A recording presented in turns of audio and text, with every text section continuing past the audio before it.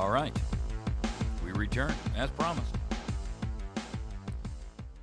You know, the issues of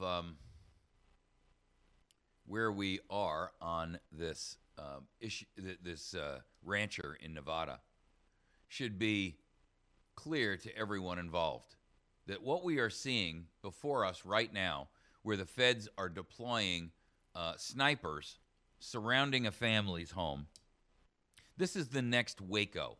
This is the next.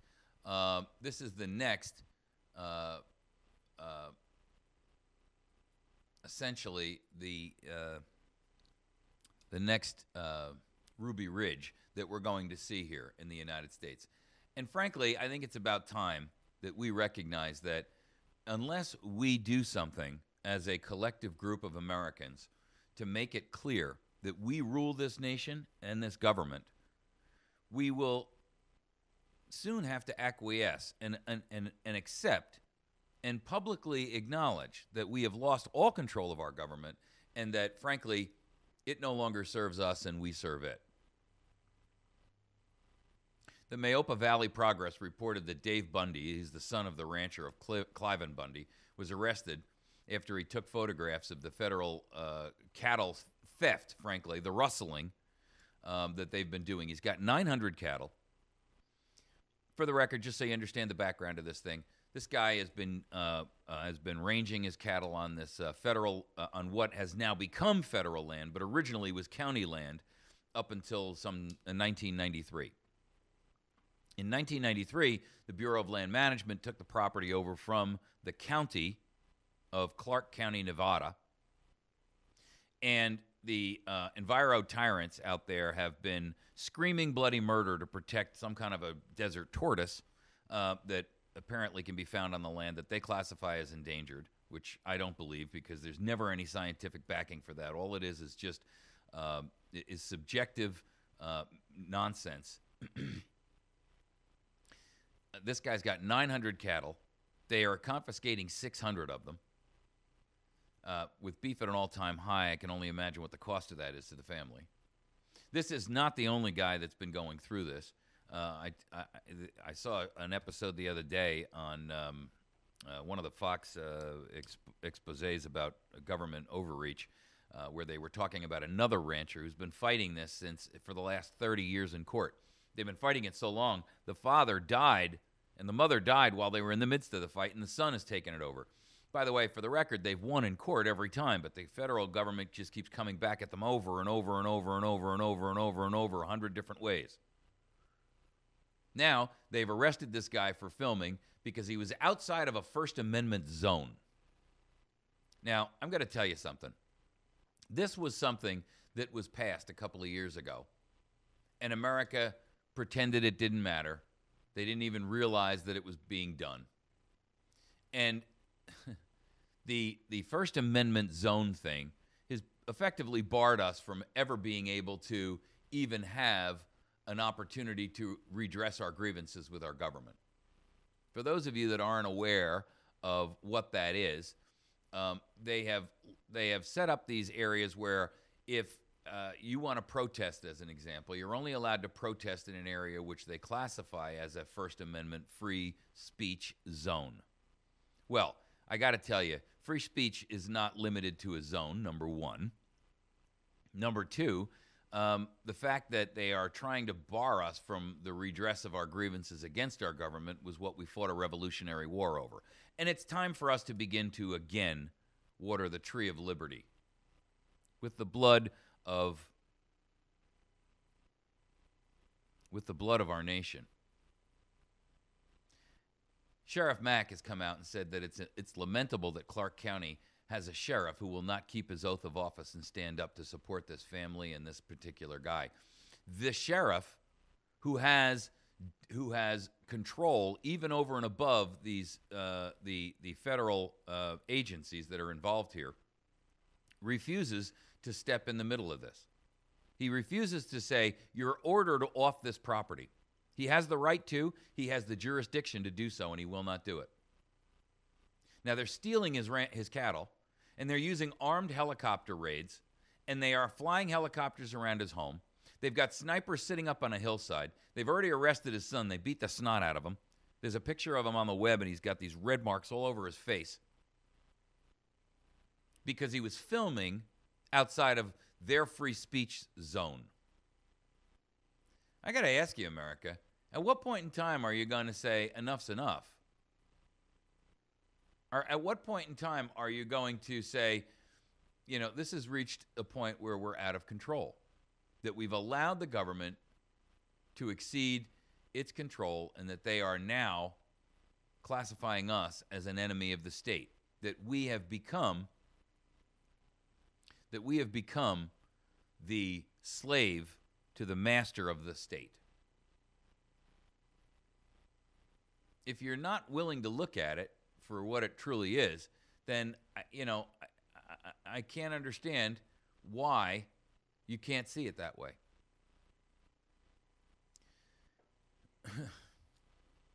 This family, and I've been talking about monkey wrenching this thing, because if you're unemployed or you are retired, I don't know why you're not packing up your duds right now to drive out there and participate.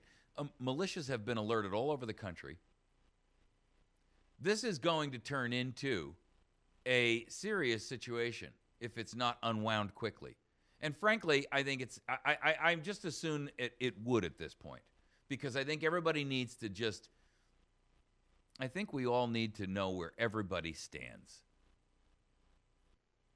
I think we need to bring this thing to a head and make it clear that we, America, are in control. The people are in control, and we're going to take our government back by force of arms if necessary. That is a dangerous statement, because in today's political environment, you can be ostracized, charged, classified as a terrorist, a domestic terrorist for saying such a thing. But I'm only reiterating what our founders said to us to do. They're not my words, they're their words. These aren't my words that I'm making up. This isn't me inciting anyone to violence. I'm not doing such a thing. What I am saying is that our founders have given us the tools and the knowledge and the understanding of what we need to do when our government is operating in tyranny. And no one who's intellectually honest at this point can deny that that's where we are.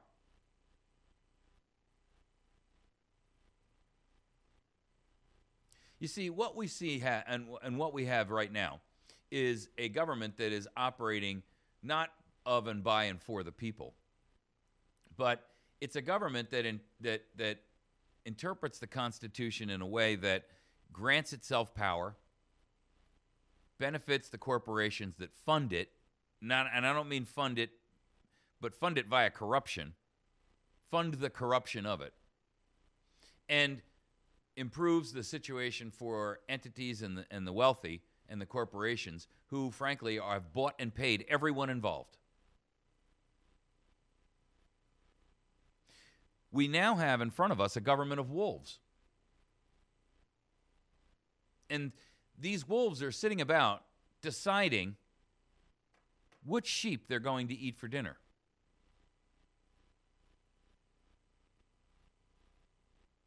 They shoot unarmed citizens at will, with impunity and immunity. They punish and target any American who attempts to defend or protect themselves. They have accessed our communications, all of our activities. They operate in secret. They hold secret hearings to decide your fate. They have secret agendas. When pressured or pressed for information about what their intentions are, it's everything now is a national secret. This is not the representative government that our founders gave us. It's not the one they designed. It's not the one they built and created. It's not the one that God has given to us. It's not the one that natural law has dictated we have the right to live under. We can no longer claim to be the masters of this nation. We are now slaves. We're subjected to for all intents and purposes, the militarization of a corporatocracy which is interested only in one thing from you: what you are as a resource for their betterment and the benefits and the privileges of a very, very small minority. And they're using your money to do so, which is completely unbelievable.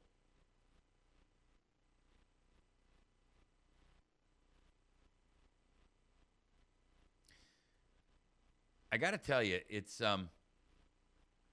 reached a point where we can no longer sit around and pretend it's not happening. I know that's what most people want to do. And they want to do that because acknowledging it means that they have to then take action to end it.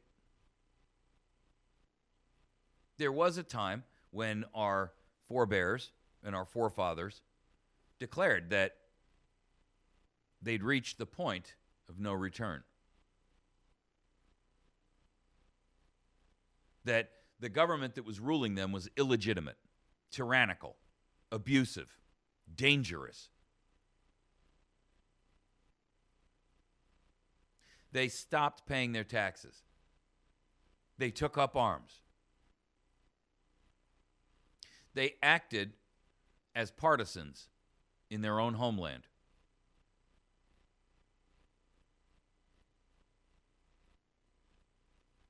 They refused to see their ability to self-govern be stolen and taken from them.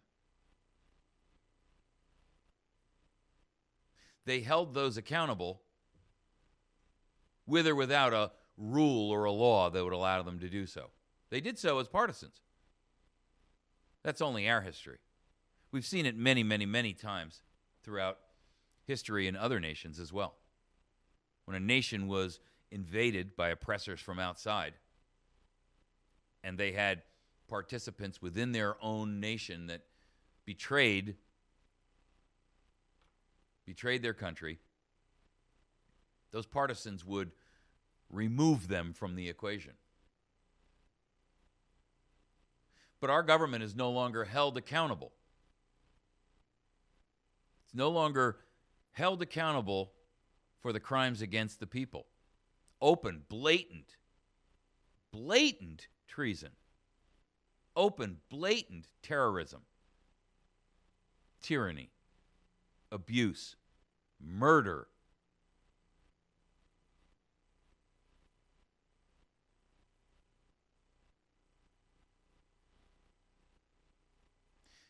We have reached a point in time where we must make a decision. Were we to have made these decisions earlier on, some time ago, we could have avoided what now appears almost inevitable.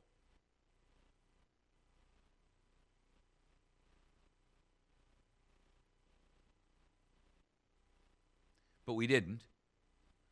And for whatever reason, I guess because humanity is, for the most part, I mean, I get it in the sense that people, for the most part, are always looking to procrastinate, right? I mean, nobody wants to have to make the decision. And I get it. I understand that. Nobody wants to resort to violence to achieve the retaking of our government and the putting it back. And frankly, I got a question. I mean, what are we going to do with all the people that, for all intents and purposes, would not fit in a government of self-governance, would not fit in a framework, a societal framework that says you must be independent because you're on your own? It's no one else's obligation to coddle you, take care of you, pay for you, that you are responsible for your actions, that you are responsible for the things which you do or don't do. that you stand alone. And it's one thing when people are willing to help you because they see potential in you and they know that it's a short-term helping hand. But it's another thing when it becomes something that is stolen from them in order to enable you.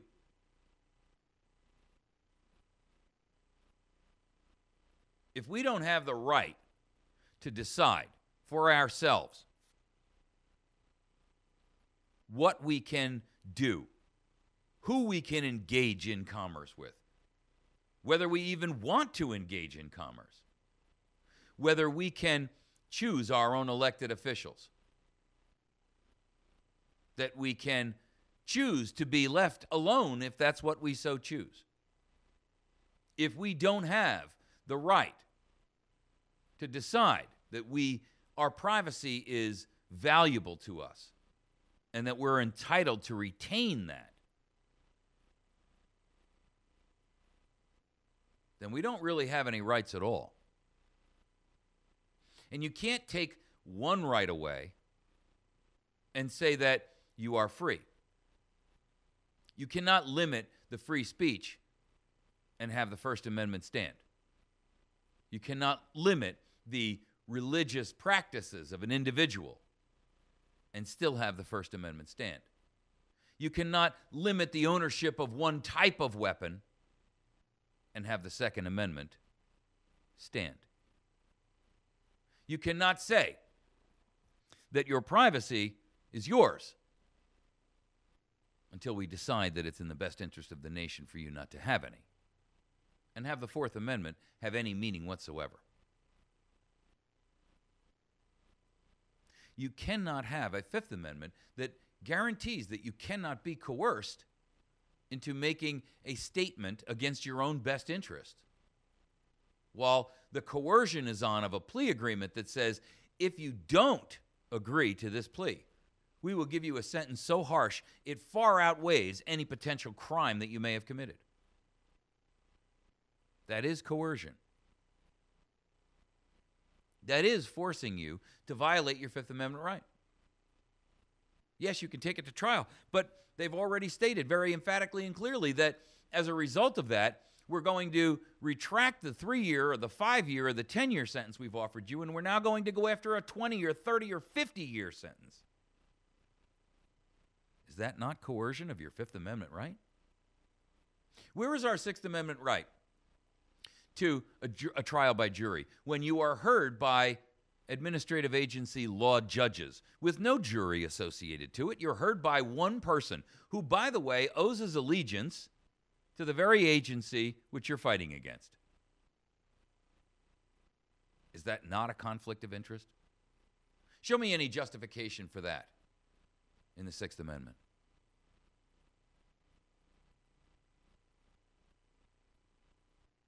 What constitutes cruel and unusual punishment? I would posit that what constitutes cruel and unusual punishment is the theft of a man's cattle to protect a turtle.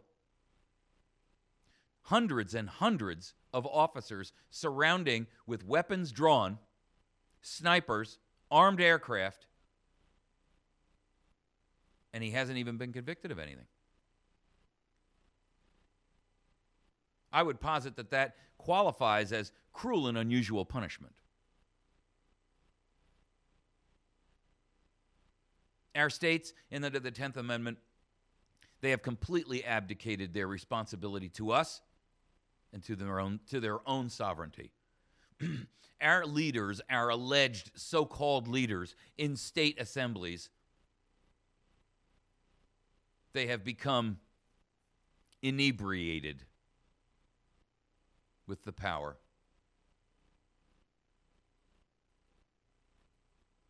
We have no rights left because they can take from us what they want when they want. They can use it in any way, shape, and form that they choose, including against you.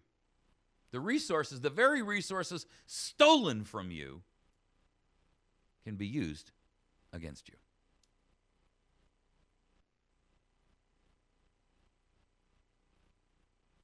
We cannot claim to be free men and women. We cannot claim this to be the land of the free.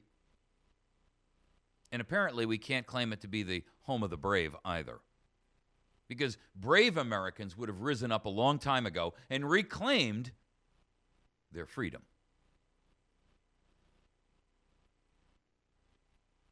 We have now become peasants and serfs in the land which our forefathers, and not so forefathers, recently died to give us. Jefferson made it clear that that would be the result of bankers and a central banking system. He told us that if we allowed bankers to create a monetary system that could be swayed and that would be manipulated based on a boom and a bust principle,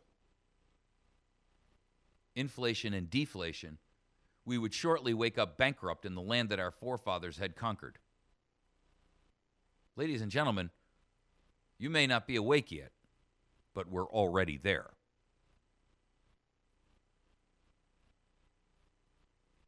What's happening out there in Nevada is only one example. But it should not go unchallenged. Frankly, American citizens should be going out there, every retiree, every person who is retired should be going out there armed and going out there with the intent to arrest the people, the 200 people, the pilots, the police officers, the agents of the BLM. They have no authority. Authority based on what? Where did we grant Congress the power to subdelegate our authority to unnamed, unaccountable federal agencies who don't even have and have never taken an oath to protect and defend this nation? You think some representative, some pencil-neck typist in the BLM takes an oath of office to protect and defend you in this Constitution, in this nation? You're sorely mistaken. And if they did, they would be violating it.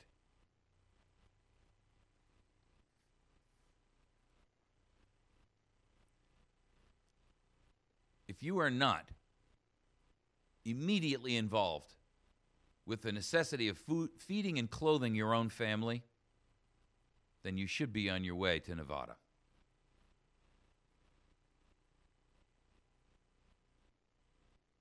And if necessary, we should make this the new last stand for freedom and liberty in the nation. You've been listening to America's Voice Now. We're going to take a quick break. When we return, we will tackle our third topic, the China crisis. They've come right out and said we will not be contained by the United States or anyone else. And they are bent on worldwide domination. Make no mistake about it. They are engineering, participating, and hoping and plotting for our collapse. And when you think, or if you think, that they will not be the first ones invading our shores, you're mistaken. We'll be back in just a moment. You're listening to